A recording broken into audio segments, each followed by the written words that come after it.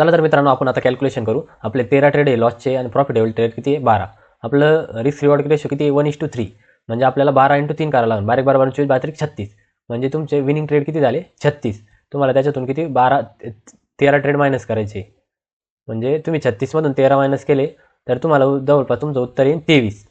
म्हणजे तुमचे दीड महिनासुद्धा नाही झाला आणि तुमचे 23 ट्रेड आहे प्रॉफिटेबल आहे. आणि हे तुम्ही तुमच्या रिस्क कॅपेबिलिटीनुसार तुम्ही तुमचा रिस्क डिफाईन करू शकता. जर एखादा $10 रिस्क घेतोय तर त्याच्यामागं त्याला $30 प्रॉफिट भेटतो. एखादा जर $50 रिस्क घेत असेल तर त्याला $150 प्रॉफिटेबल होऊ शकतात.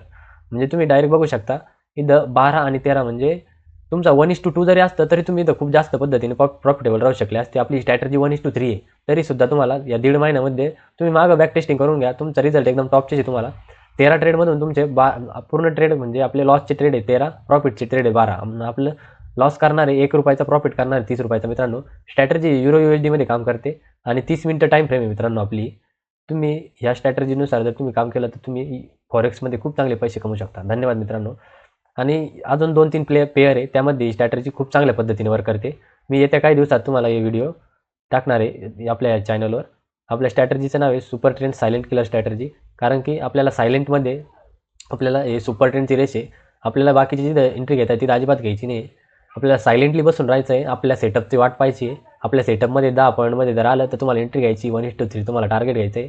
तुम्हाला संपूर्ण मी या व्हिडिओमध्ये सांगितलेलंच आहे आपल्याला कशी एंट्री घ्यायची आहे, कशी एक्झिट करायची आहे. तर या दीड महिन्यामध्ये तुम्ही मागची पण बॅक टेस्टिंग करून घ्या. पण 2024